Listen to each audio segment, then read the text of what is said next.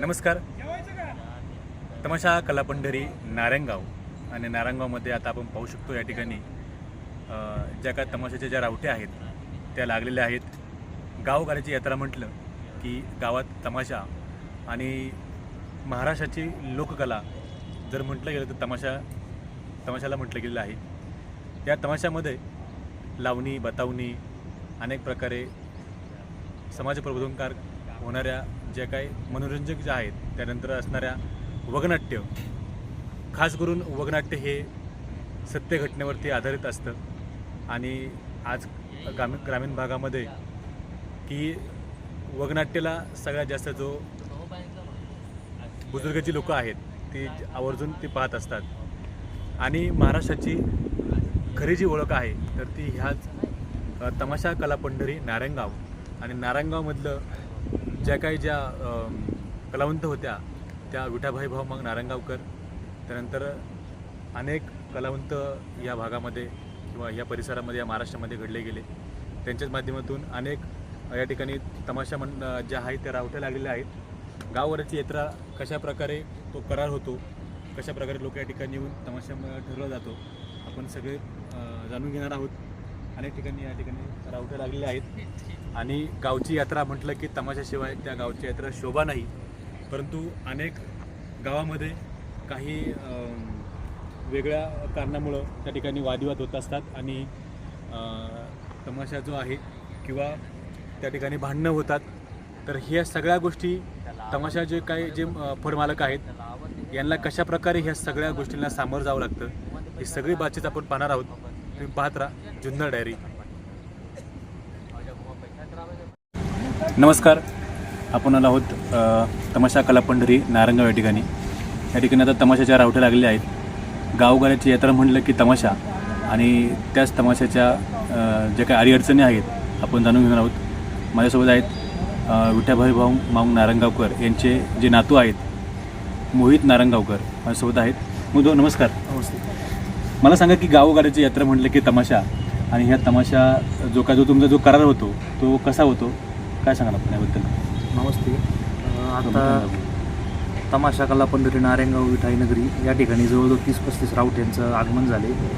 साधारणतः शिवरात्रपासून आपल्या रावट्या लागायचे काम चालू झालं आणि बौद्ध पौर्णिमेपर्यंत नारायणगावच्या यात्रेपर्यंत रावट्या लागतात. आता यावर्षीची परिस्थिती तशी जेमतेम चांगली आहे, कारण की आपल्याकडे इलेक्शन होऊन गेलेले आहे. त्याच्यामुळे बऱ्याचशा गावांची मानसिकता झाली की यावर्षी आपण तमाशा ठरवायचा. प्रत्येक तमाशाचे कमीत कमी 15-20 कार्यक्रमाचे खेळ बुकिंग झाले. जो तुम्ही खेळ म्हणता बुकिंग होतो तो तुमचा करार कशा प्रकारे होतो, काय सांगाल आपण? काय नाही, जी ठरलेली रक्कम असते त्याची 10-20 हजार रुपये ॲडव्हान्स आपल्याला रक्कम मिळते, त्यानुसार ते बुकिंग होतं. समजा 1.5 लाख, 2 लाख, 2.5 लाख, 3 लाख जे काय असेल त्यानुसार 5-10 हजार रुपये आपण टोकन घेतो. साधारणतः चैत्र पौर्णिमा जी असते त्यावेळेस बरेचसे कार्यक्रम म्हणजे बरेचसे गावची यात्रा असल्यामुळं काहींना तारखे भेटत नाही. काय याचं कसं वाटतं म्हणजे? नाही, काय झाले सर, याच्यात एक परिस्थिती अशी निर्माण झाली की यात्रा वाढल्यात आणि तमाशे कमी झाले. पूर्वीच्या काळामध्ये तमाशे कमी होते आणि तमाशे कमी होते आणि यात्रा वाढायची, असं विरोधाभास झाले बऱ्यापैकी.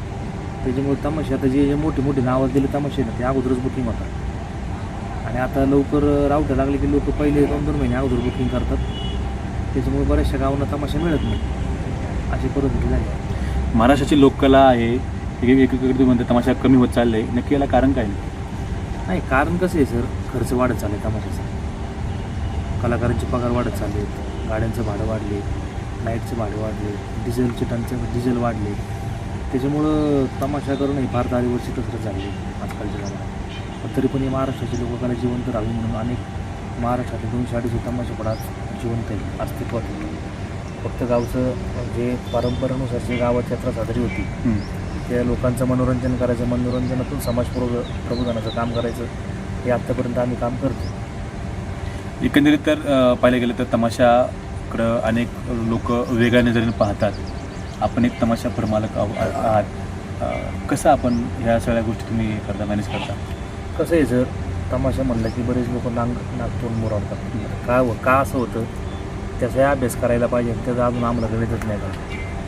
अनेक आत्ताच्या जमान्यामध्ये अनेक इव्हेंटचे कार्यक्रम निघले, ते कार्यक्रम त्या लोकांना चालतात. तमाशा चालत नाही. पण तुम्हाला एक त्याच्यावरचं पुढचं जाऊन सांगतो, अशा गावात अशी गावं आहेत महाराष्ट्रात काही, तिथं फक्त तमाशाच लागतो.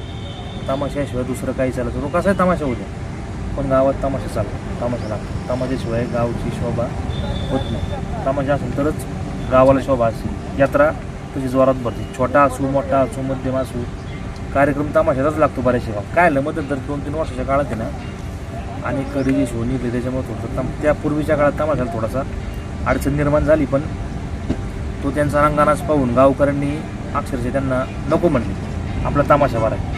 म्हणजे तमाशाचं स्टेज, रावट्या, तंबू जे लागतं ना, त्याला ती रवणूक असते गावाची. बरोबर. त्याच्यामुळे लोक परत तमाशाला वळाले. त्यामुळे तमाशाला आता चांगले दिवस आहेत. एकंदरीत सगळ्या जर आपण पाहायला गेलं तर महाराष्ट्रामधून किंवा महाराष्ट्रामध्ये अनेक जण तमाशावरती प्रेम करणारे रसिक आहेत. आणि गावगाड्याची यात्रा म्हटलं की अनेक ठिकाणी वादविवाद होतात, पोलीस स्टेशनचे हे सगळ्या गोष्टी, किंवा तुम्हाला कशा प्रकारे अडचण येते आणि तुम्ही त्याच्यावर कशा प्रकारे मात करता, काय आपण सांगायच्याबद्दल? आणि अडचणी म्हणजे दुसरा कसा विषय, समजा गावात 2 पार्ट्या असतात. हां. एका पार्टीने तमाशा ठरवला, दुसऱ्या पार्टी म्हणते आता कार्यक्रमच करून द्यायचा नाही. काय होतं, त्यांच्या वादामुळे तमाशाचं फार मोठं नुकसान होतं. कधी कधी भांडणं होतात, कधी लाईटी फुटतात, कधी कलाकाराचं डोकं फुटतं. ह्या गोष्टी घडतात 2 पार्ट्या असल्यामुळं. आणि कसं आहे, गावची वर्षातून एकदा यात्रा येईल, त्याच्यामुळे त्याला सगळ्या लोकांनी राजकारण प्रत्येक गावात असतं. बरोबर. आता आमच्या नारायणगावात सगळेच लोक राजकारणी, पण यात्रेच्या काळात सगळे एकत्र आहेत. त्याच्यामुळे गावची यात्रा व्यवस्थित साजरी केली जाते. तसंच दुसऱ्या गावामध्ये लोकांनी एकत्र तो दिवस एकत्र येऊन कार्यक्रम पाहिले पाहिजे. त्यांच्या राजकारणापायी त्रास आपल्याला होतो, ते नाही झालं. आपण जे काही गावाची यात्रा जी आहे त्या गावाच्या प्रेक्षकांना आपण काय आवाहन कराल? काय नाही, महाराष्ट्राची लोककला आहे तमाशा, ती समृद्ध असली पाहिजे. ग्रामस्थांनी तमाशा ठेवला पाहिजे. त्यांनी ठेवल्यामुळं तमाशाचे दिवस चांगले येतील, कलावंतांना रोजगार मिळेल आणि पुढच्या पिढीलाही तमाशा काढायला पाहिजे ना. आत्ताच्या पिढीला ठीक आहे, पण पुढचे तमाशा म्हणजे काही नेमकं काय, ही महाराष्ट्राची लोककला कधी अस्तित्वात आली, आता तिचं पुढचं व्हर्जन काय. कसं आहे, तमाशाने पूस बदलली तर 100% बदलली. पूर्वीच्या काळात तर नाही तमाशा राहिला नाही, पण ते जे लोकांना, जे रसिकांना जे लागतं ना, ते आपण देतो. अर्थात नांगानाच करतो का असं नाही, पण जे जेमतेम ज्यांना जे लागतं ना ते आपण करतो. आणि जे ज्येष्ठ कलावंत, ज्येष्ठ लोक असतात बघणारी, त्यांच्यासाठी आपण वगनाट्य सादर करतो. आजकाल जर पाहायला गेलं तर वगनाट्य जे आहे, जे ज्येष्ठ लोक आहेत ते जास्त करून वगनाट्य बघा थांबले जातात. नाही काय, तरुण वर्ग वगनाट्य बघा थांबत नाही. लोकांची मानसिकता ती झालेली, त्यात रंगबाजी संपली का तमाशा संपला. बरोबर. गण गवळण रंगबाजी वगनाट्य, पण काही सातारा परिसरात आपण जर गेलं ना तर तिथं प्रॉपर वगनाट्य करावंच लागतं. ती 2 गाणी कमी घ्या म्हणतात, पण वगनाट्य करा. बरोबर. त्याच्यामुळे तिकडच्या लोकांनी जपलं ते वगनाट्याचं, तर आपल्या लोकांनी जपले पाहिजे. किमान वगनाट्य म्हणजे काय, एखादा काहीतरी सामाजिक संदेश आपण त्यातून देतो. बरोबर. ते बघितलं पाहिजे. म्हणजे आपल्या भागामध्ये वगनाट्य जास्त करून होत नाही. नाही, आपल्याकडे परिसरात नाही होत. काही ठिकाणी होतात, काही ठिकाणी होत नाही. म्हणजे लोक मागणी करत का आम्हाला वगनाट्य पाहिजे. हां, करतात नाही, पण आपल्याकडं सेटअप पूर्ण तयार असतो, असं काय नाही.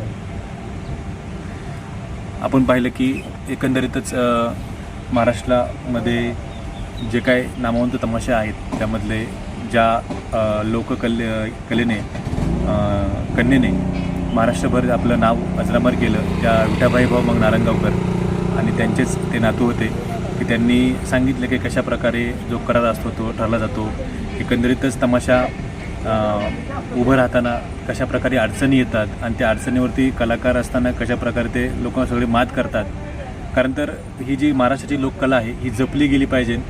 येणाऱ्या ज्या पिढीला आहे हे तमाशा जो काय आहे तो समजला पाहिजे. कारण आजकाल जर पाहायला गेलं तर की अनेक तमाशाचे कलावंत आहेत ते अनेक म्हणजे नोकरीला लागलेले आहेत किंवा अनेक काय काय त्यांच्या पद्धतीने ते सेटल झाले आहेत. परंतु ही जी कला आहे, ही जिवंत जी कला आहे ती ही कला जपली पाहिजे हा यांचा मानस आहे. आणि खरंच महाराष्ट्राने ही कला जपावी. आणि या ठिकाणी नारायणगाव या ठिकाणी तमाशाचे जे रावटे लागले आहेत या ठिकाणी येऊन आपल्या गावगाड्याची जी यात्रा आहे त्या यात्रेमध्ये कुठला तमाशा आपल्याला न्यायचा की तो कशाप्रकारे या ठिकाणी तो करार करून ठरवायचा या सगळ्या आपण या ठिकाणी येऊन तुम्ही ते करू शकता. तुम्ही पाहत राहा जुन्नर डायरी. भाऊ नमस्कार. नमस्ते.